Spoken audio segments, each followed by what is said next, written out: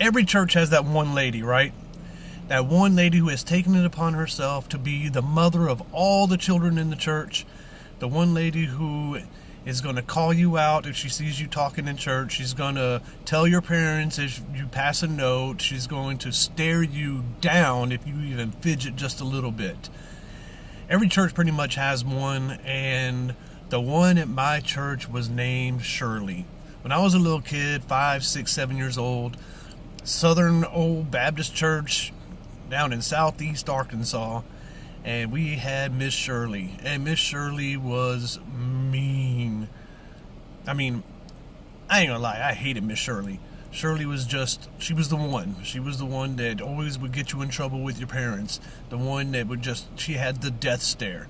The one that just looked at you and you just knew you were in trouble. And I remember a couple of things about Miss Shirley. One thing that I remember, and this is going way back, over 40 years, and it's still stuck in my memory, is, of course, she was a Sunday school teacher, and of course she taught my age group. And one thing I remember is that one day she gave us a lesson, and it was about, I guess the whole concept was, oh, be careful, little mouse, what you say type deal. And she was instructing us as what not to say. And she started off, and Miss Shirley was, like I said, very country, and she started off by telling us, now children, you shouldn't say gosh or golly, because that's just like saying God. And we don't say God because, well, that's taking the Lord's name in vain, and the Bible says not to take the Lord's name in vain, right? Yes, ma'am. All right, well, just like that, you shouldn't say gee or gee whiz or anything like that, because that's just like saying Jesus, and that's also taking the Lord's name in vain. So we don't say that, right? Yes, ma'am. And you shouldn't say dang or darn, because that's like saying, and she said it, she said the D word right there in our little Sunday school class. All the kids were looking at each other like, ooh. And she's like, now, does anybody have any questions? I said, well, I got a question. And she said, well, yes, John. What's your question? Well, my daddy says shoot all the time. Is that the same as saying, and I said the S word, tit for tat, right? No, I didn't get away with it, though.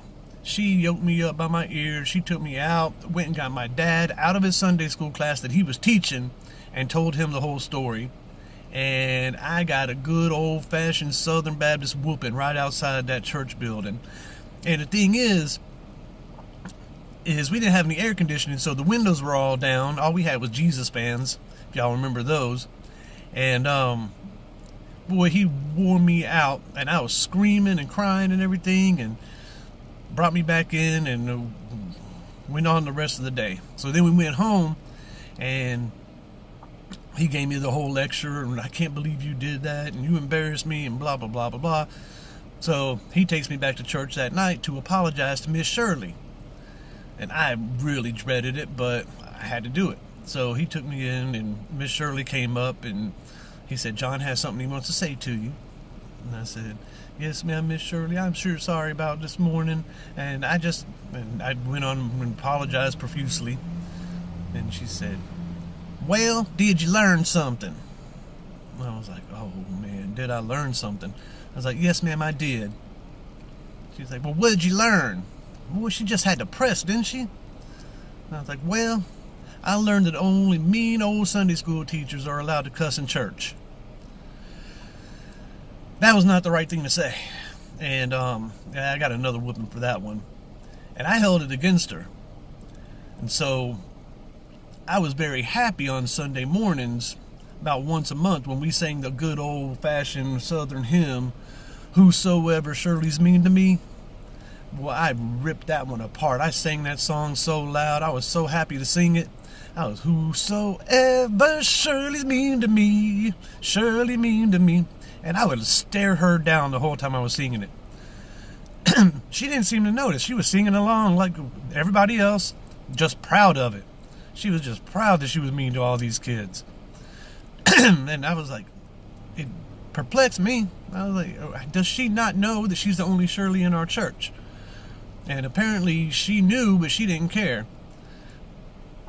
So, about I was maybe 5 at the time, and I knew, about salvation, and I knew about God's love and God's grace, and Jesus died for us on the cross and everything like that.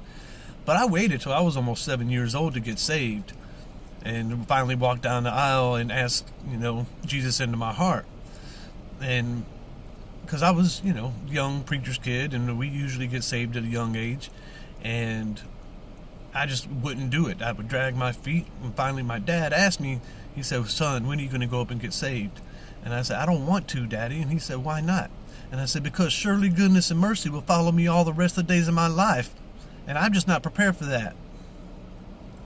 And he laughed and told me that it was not Miss Shirley, and I got over it, and I went down and got saved that next Sunday. So that's my story of salvation. That's my story about Miss Shirley. Y'all have a good day.